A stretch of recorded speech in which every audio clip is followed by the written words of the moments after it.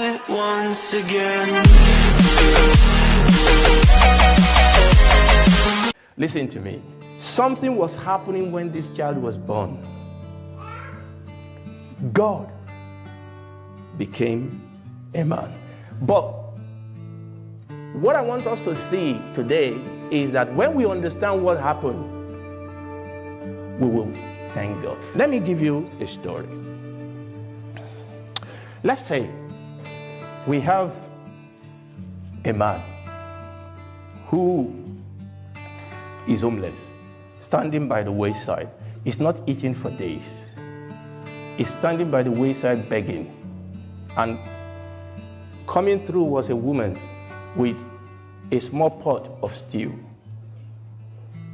And she passed this homeless man and came back again after a few seconds, looked at the homeless man and gave him that pot of stew. It was around 7-8 p.m. in the evening, and the homeless man said, "Thank you.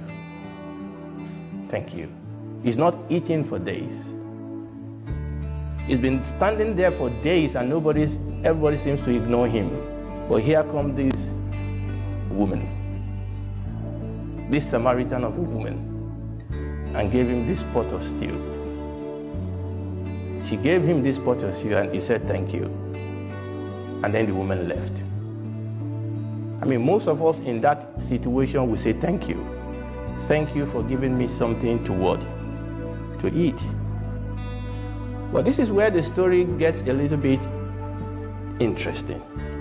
Because the homeless man, scenario 1, got to find out that that woman will have to stay the night without any food because that was all she has to eat for the night.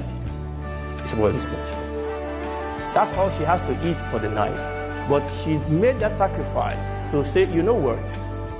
I will be happy to stay hungry for the night so that he can have something to eat." Now, if the homeless man get to know that story, how many of you know that his Thanksgiving will be different?